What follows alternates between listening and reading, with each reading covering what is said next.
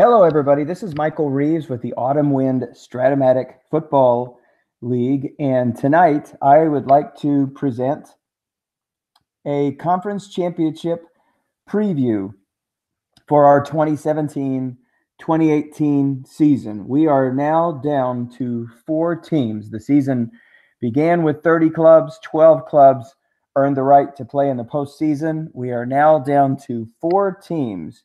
And that includes in the AFC, the Chicago Bears, who were the number 4 seed, facing off against the Seattle Seahawks, the 16-0 and number 1 club. They will be hosting, and that game is actually going to take place Friday, which is February 16th. It's 4:30 Pacific time. That is, of course, 7:30 Eastern time for those of us on the right coast. And that game will be presented, I believe, by Tom Cook, who broadcasts a lot of our games. He also is the head coach for the Berlin Thunder in this league. The NFC combatants will include the number 5 seed, St. Louis Rams, and they will be traveling to San Francisco to take on the number 2 seed, 49ers. And that game will take place Monday, February 19th at 6 p.m. Pacific time. That is 9 p.m. Eastern time. That game will be broadcast as well. It could be Tom, it could be Dennis, it could be myself. Autumn Wind members, of course, you know that we will put out via email and through Slack the time for the game, the links, YouTube links, so that you can stream it. I believe the Google Hangouts address also might be included as well. And of course, the spectator files will allow you to watch the game. But I hope that you do listen to the commentary. Tom calls a great game.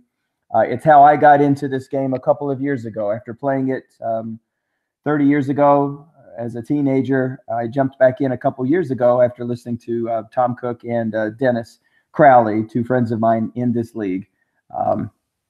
Their broadcast brought me back into this game, and it's a very enjoyable hobby. I play in 4 leagues. I'm the Los Angeles Rams in this league. We finished 3-13. So we are not even sniffing the playoffs. And so those who can't broadcast.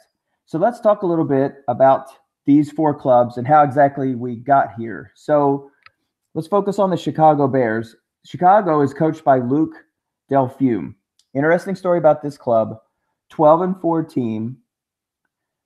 However, they were the number 4 seed, and so they had to play a wild card game, and they did so against Paul Mankowicz's San Diego Chargers, right? Well, I may be wrong about that. He played against San Diego. Usually that's Paul Mankowicz. I'm assuming that's him. I don't have my card next to me. Anyway, San Diego had the lead for nearly the entire game, but with 1 second to play, the Chicago Bears kicker in real life and for the Chicago Bears, that's Robbie Gould, kicked the field goal to propel them to a victory against the San Diego Chargers, and that earned the right for the Bears to play in the divisional playoffs. They had a very tall order in the divisional playoffs on the road against the 14-1-1 Dallas Cowboys, coached by Mark Lepage. Their only loss of the season, as a matter of fact, was to the Seattle Seahawks. And the Bears were able to spring the upset, 17-16. Dallas drove the ball deep into Bears territory late, but Adam Vinatieri missed a field goal, and the Bears were able to hold on. And a team that was 1-15 last year finds themselves in the conference championship. So congratulations to Luke Delfume. And he will be taking on Dennis Crowley of the 16-0 Seattle Seahawks. Seattle is the first club in the 16-year history of Autumn Wind to go undefeated. They had a bye in their first round with their number 1 ranking, and they took on a crushing defensive club and a terrific defensive coach in, I believe that's Butch Schmreck, I think, with the, New Orleans Voodoo.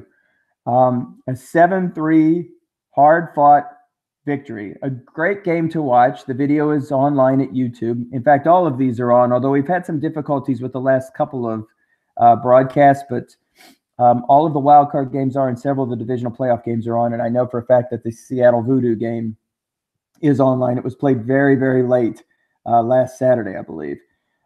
So Seattle moves on, and they will host, like we said, the Chicago Bears, and that game will take place tomorrow, Friday, February 16th, 7:30 p.m. Eastern Time, 4:30 Pacific.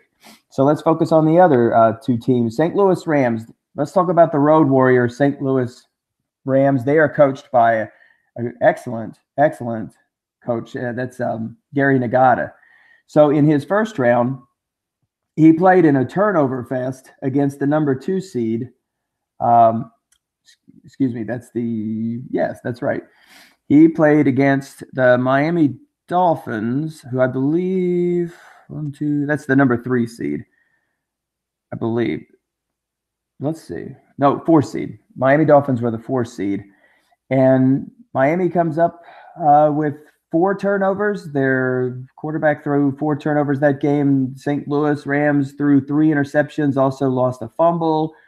Both teams turned the ball over on 4th downs. If the field, honestly, should have been turned to brown as opposed to green, because it looked like one of those muddy sort of games where the ball is just skipping back and forth between both clubs. But St. Louis went on the road and was able to pull out a victory, an upset victory against the Miami Dolphins. And so that earned them the right to play the Uber Bowl runners-up from last season, Nathan Baylor's Houston Texans. And the Rams were outstanding that game. Defensively, they were really, really solid. Gary coached excellent, and so did Nathan too. But Gary pushed all the right buttons, to be cliche, and he comes out with what turned out to be the largest margin of victory in all of our playoffs at 28-18. So that earned them the right to play the winner of the San Francisco 49ers and Oakland Raiders contest. San Francisco was the number 1 seed, and the Oakland Raiders were, I believe, the number 4 seed, I believe. Were they the 4 seed?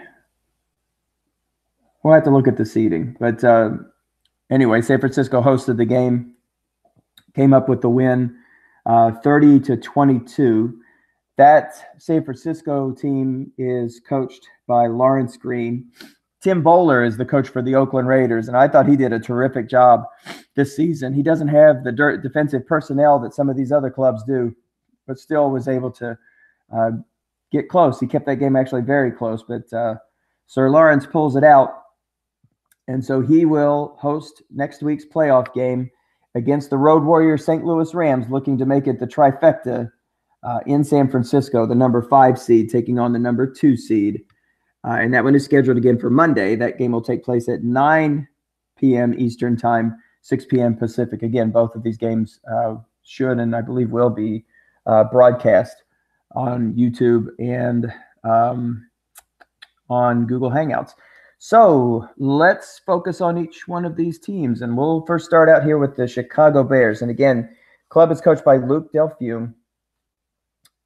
This is the comeback story of the year. The Bears last season were 1-15, turned it completely around with a 12-4 regular season.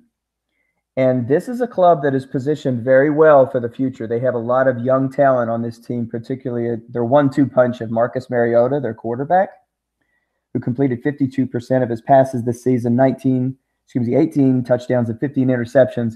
But the straw that stirred the drink was their number 1 pick, and that was Ezekiel Elliott. And a workhorse back he was, 366 carries for 1,700 yards. But they've got some solid targets at wide receiver in Emmanuel Sanders, a very strong deep threat, 69 catches, and also Odell Beckham with 85 catches.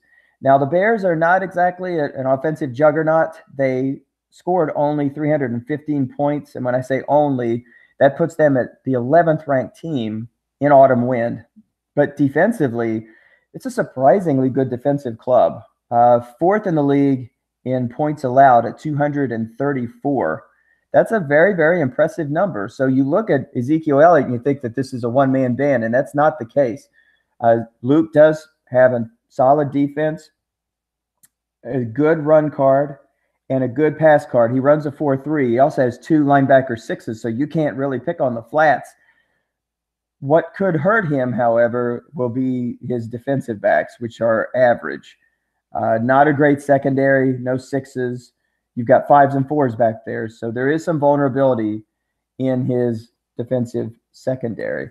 So let's focus on the Seattle Seahawks. And again, congratulations to Dennis Crowley, longtime coach in a bunch of leagues, a solid coach and a solid guy. He's a good sport all around, and everybody's very proud of the season that he put together. Again, the first time in 16 years that we've had an undefeated team. He also has a playoff win, so he will get to host this game. Dominating defense, only 165 points allowed. That's number 1 in the league. And again, do the math. That's only 10 points a game. But couple that with 429 points scored. That's the 6th highest point total in the league, too. So it's not difficult to understand why this club would be among the upper echelon. But again, to win 16 games, that's quite an achievement. Dennis plays in several leagues, and so it's no surprise that Russell Wilson, the muscle, Russell Wilson, is quarterbacking. My goodness gracious, is quarterbacking this club. He's the quarterback for several of his teams. I believe that's his favorite player as well. He really likes Seattle, and so that's why that's his team name in many of these leagues as well. His completion percentage, not great, 53%, but he did throw for 3,600 yards and 25 touchdowns against 15 interceptions. He also has Stratomatic All-Star Spencer Ware on this club. He rushed for 1,600 yards, and he also had 647 yards through the air, so he's definitely a dual threat.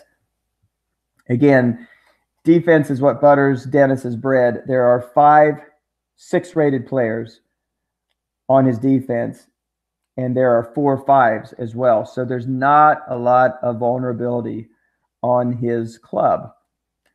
Again, he's got a good quarterback who can run. He's got a great running back who could do damage in both directions through the air and on the ground, and a dominating defense and a point differential this year that was completely out of sight, the number 1 in the league. Now, going 16-0, it's not like he dominated every team. So when we start looking at this, you look at a 16-0 club versus a 12-4, and you think, mismatch? Not quite, but Seattle certainly has the advantage. But this club did have several games in which the point differential was 1 or 2 or 3 or 7. So there were 4 games that he had that were actually decided by a touchdown that literally could have gone either way. But again, the great coaches figure out a way to win. But in those games, there seemed to be a split. When Russell Wilson was down and throwing like less than 50%, Spencer Ware picked him up and came up with a big game of over 100 yards. If Spencer Ware didn't have a good game, it seems like Russell Wilson picked him up and completed 60-some-odd% of his passes. So, Dennis has the ability to read his opponent, to read the room, and when something doesn't work, he's going to go pick on something else. Again, he's a very good scout. He understands what the defense is going to do. He's played this game for a long time, and he understands tendencies. So for Lawrence to pull this one out, I believe that this is going to have to be a ball control game. He's going to need to have some breaks on Zeke Elliott's card. He's going to need to have some guessed wrongs that are actually going to wind up on his card, because even if they're guessed wrong and they wind up on the defensive card, when you're talking about an excellent run defense and an excellent pass defense, you're not really going to catch very many breaks. So this is a game, again, and Luke was 12-4 for a reason. And Luke is now 14-4 for a reason. This guy can coach. He really can coach. He's got a lot of talent on this team, and I get the feeling it's going to be a club that's going to be around for a while. But he has a real chance to pull off this upset. But to do this, he's going to have to catch some breaks, and a lot of those breaks he's going to have to create for himself on the offense, and that is kind of keeping him off guard and hoping that those rolls wind up on his card as opposed to the defensive card. If he can catch some breaks that way, again, I think he can keep this close. Having said that, I am going to give Seattle the advantage in this game by 8. I'm giving him an 8-point advantage in this game. I do not believe this is going to be a high-scoring game. These games with good and excellent defensive cards don't usually wind up being shootouts. In fact, they have a really hard time even getting over 40 points. I'm going to put the over-under at this game at 32.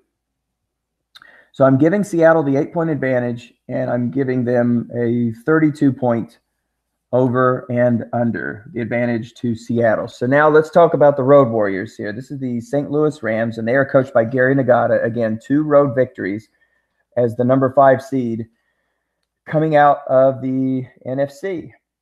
And, of course, now they are 13-5. This is an interesting club. Offensively, there's nothing really on that side that surprises you or really scares you. They do have Big Ben Roethlisberger. Now, he did complete 56% of his passes. That's a pretty good number, actually, for 3,400 yards. So he kind of spreads it around between Pierre Garçon, Jeremy Maclin, Brian Quick. There's some long pass options there, so you don't want to go sleeping on the long pass. Mark Ingram is his lead back, only 1,100 yards. He's one of the only feature backs, especially among the 12 playoff teams, who didn't average over 5 yards a carry. So he kind of had a down year. Now, his understudy is the Z-Man, Zach Zerner. He rushed for 500 yards, and he did have over 5 yards a carry, and he will use him in games. He'll squeeze out every one of his max carries. It definitely is a ball control offense. From the defensive side, they do run a 3-4. They have an average run defense, and they have a good pass defense. Part of the reason for that good pass defense is not only is it in their strength of their corners, but how about the nickelback? They have a 6-rated Akeem Talib, but they also have 2 5-rated quarterbacks. So any team that's going to go 3 wide is going to have some trouble against this club. They do, however, have some 4s on this field, and this is a team that, again, it's not easy to run on them. But if you're careful and you're steady and you're patient, this could be a club in which you can move the ball offensively on the ground. Of course, it's up to Gary to move one of those linebackers up and plug those holes and maybe stop who, again, this weekend is going to be the lead back for San Francisco, and that is Jay Ajayi. One interesting thing about St. Louis that I pointed out in the last broadcast, they have the smallest point differential of all the playoff teams. It's only 36 points. That's 336 points scored. That puts them at 12th in the league. That's pretty mediocre. 300 points allowed. That puts them at 11th in the league. Again, pretty mediocre. But one thing to remember about this club, they came out of a division in the NFC that had 3 10-win teams. They had, according to our website, the toughest strength of schedule in the entire league. So this is a battle-tested club. And I've had a chance to watch a couple of Gary's games. He doesn't have a team that basically can stand around, and so he's aggressive. He moves linebackers around. He does the right double teams. So he's not afraid to move his people around. So, again, defensively, he does have a good pass defense and an average run defense, and he is going to need every bit of that good defensive card because the Goliath that he is going to be running into is the San Francisco 49ers, and that is coached by Lawrence Green. 508. Do not adjust your sets. 508 points scored. That led all of autumn wind. That is a dynamic offense, everybody.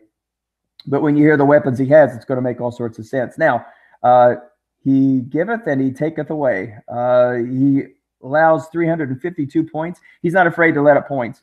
That's 16th. That's by far and away the worst of any team that's in this Elite 12 playoff teams. It's way lower than anybody else, in fact. But he's not afraid. What difference does it make? If you're outscoring teams by 10 points a game, who cares? They're led by Sam Bradford. Outstanding season, 62 of all the quarterbacks. This is the best of the best who is left in these playoffs of the 4 finalists. 62% completion percentage, 43 touchdowns, 13 interceptions.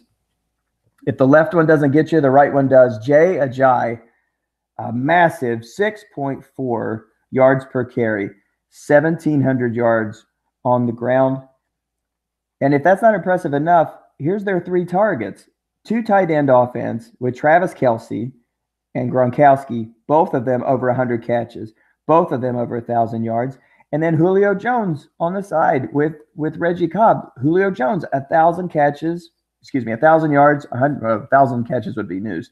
1,000 yards, over 100 catches. Well, you can't triple double every single time. You can't stop all of those three. And then the minute you start thinking about stopping that pass, here comes Ajayi, whose guessed wrong card is complete murder. Their vulnerability, the 3-4 defense that they run, average, run and pass. There's room to score on this team if you have an offense that's dynamic enough, but you also need a defense that can get him off the field every once in a while. And I think that's why there's going to be some trouble in this contest for the Rams. The defense does have a 6-rated cornerback, but it's kind of wasted here because the wide receivers that the St. Louis Rams boast are not great. Garcon and Maclin. But there are lots of 4s on the field.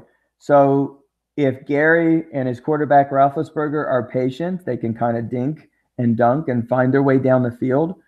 And maybe if they get lucky, that free safety moves, and then you go over the top. Again, Ngata is a quality coach. 2 wins on the road do not come easy, especially when you're playing with that home field advantage. So Gary's got his work cut out for him, but there's a reason why he's here. You know, these last two playoff games are proof that this guy can coach. And I think, honestly, with the talent level that he has and the schedule that he had, if we had that, I think he would be considered for a potential coach of the year. I think he's had an outstanding year. But when we're talking about a San Francisco team that scored 508 points, where's the vulnerability? How are you going to stop this club? They played 3 games this year against there are 3 losses, There are 3 losses. There was really no consistency to any of the 3. Their defenses were varied. One of the losses they took was an inexplicable loss to the Phoenix Cardinals, as a matter of fact, who had a poor run and poor pass defense. It was a shootout. Bradford fumbled the ball twice.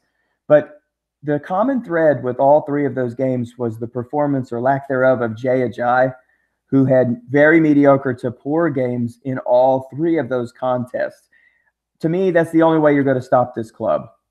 And that's made all the more difficult by the fact that the Rams have just an average run defense. So it's going to force Ngata to make some decisions here. If you guess wrong on Ajayi's card, you're going to get burnt. You can get burnt 2 ways, actually, on your own defensive card and on Ajayi's guess wrong. He has a lot of short gains, and so that's how he makes his hay. Look at that 6.4 yard carry per yardage average per carry. But again, if you miss on Bradford's card, his guessed wrong card is also murder as well. And there's no way truly to focus on 3 different wide receivers. You can't do a triple-double every single time. And if you're thinking, well, an average defense, maybe there's some room there. Well, St. Louis lost 5 games this year, and 3 of those games were against teams with average defense, that they just were not able to put up a lot of points. This is not a club at 336 points that's going to be moving the needle very much. They're going to need some breaks this game. There's no doubt. He's going to have to put his thinking cap on and get some breaks. And if he guesses right, again, probably hoping that they be on the offensive card, because even if they're on the defensive card, that's not a guarantee for success. Maybe successful keys. Ngata can do it. Again, 2 road wins. He's a solid coach. So I think that certainly anything's possible, and he's proven us that, you know, he's definitely worthy of the place that he's in. And perhaps he steps up this big Monday against Sir Lawrence. In this game, I believe there will be some points scored, but not a massive amount. So I'm going to put the over-under at 42. And I'm going to give San Francisco a 9-point advantage. This is including, in Seattle's case, an 8-point advantage, San Francisco a 9-point advantage. This includes a 3-point advantage for the home club, which I believe is built in for autumn win playoffs until the Super Bowl takes place.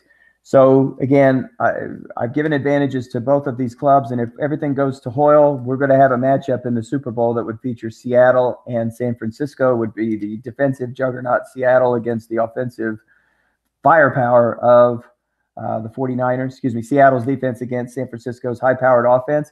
But there are pathways for the Bears to have a Super Bowl against St. Louis. That's what makes this game so great. I mean, we just spoke a moment ago about a Phoenix Cardinal team that was able to beat the number 2 seed in the NFC. So again, anything is possible. It comes down to one game. And as Pete Rozelle said, on any given Sunday, even though these games are taking place on a Friday and a Monday. So that was my quick look at a playoff preview. I hope you enjoyed it. And again, the games are going to take place Friday. They'll be broadcast at 7:30 Eastern time and Monday at 9 Eastern time. So thanks again for joining. I appreciate it. And I have enjoyed calling the games this year very much. And I enjoyed participating in this league. And I'm very excited to see what's going to take place over the weekend. And let's have fun with the Super Bowl next week. So long, everybody, and God bless.